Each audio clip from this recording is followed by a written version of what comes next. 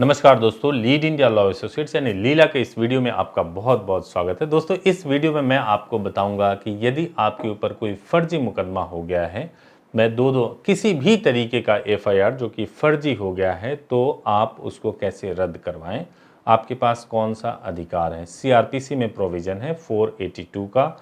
482 आपको वह ताकत देता है कि आप झूठे एफआईआर को सीधे सीधे हाई कोर्ट और सुप्रीम कोर्ट से रद्द करवा सकते हैं।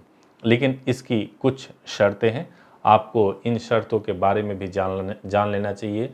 और ख़ास तौर से ऐसे कपल जो यह सवाल पूछ रहे हैं कि उनके खिलाफ आम तौर से जो गार्जियन होते हैं वो फेक एफआईआर रजिस्टर्ड करवा देते हैं, किडनैपिंग का, अपहरण का या रेप का, या ऐसे मुकदमे रजिस्टर्ड करवा देते हैं जिनमें कोई भी तथ्य नहीं होता, कोई भी सच्चाई नहीं होती। तो इस तरीके के एफआईआर को आप कैसे रद्द करवाएं, आपको सब कुछ इस वीडियो में मालूम चलेगा।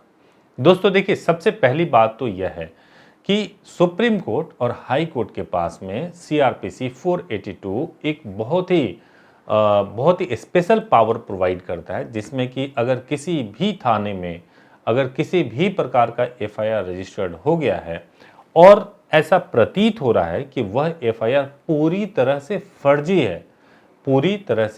फर्जी है, तो वो एफआईआर हाई कोर्ट और सुप्रीम कोर्ट रद्द कर सकती हैं।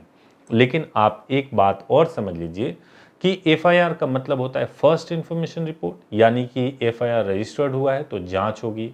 अगर आपके मामले में कोई तथ्य है और जांच किए जाने की आवश्यकता है और आप सीधे सीधे अगर हाई कोर्ट पहुंच जाते हैं या सुप्रीम कोर्ट पहुंच जाते हैं कि आपके मामले में जांच भी ना हो और एफआईआर तुरंत रद्द हो जाए, तो इसकी संभावनाएं बहुत कम होती है। लेकिन अगर बिना जांच के ही साफ साफ यह नजर आ रहा है कि यह पूरा का पूरा मामला झूठ पर आधारित है, तो आप निश्चित रूप से आप हाई कोर्ट जा सकते हैं और एफआईआर कैंसिल करवाने की मांग कर सकते हैं, रद्द करवाने की मांग कर सकते हैं।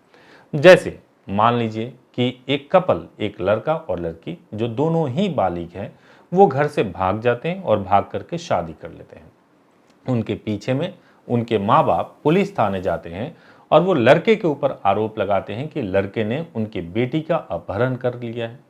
अब एफआईआर मान लीजिए कि अपहरण का रजिस्टर्ड हो गया। आमतौर से ये एफआईआर भी 48 आवर्स के बाद ही रजिस्टर्ड होता है, नॉर्मली पुलिस नहीं रजिस्टर्ड करती है।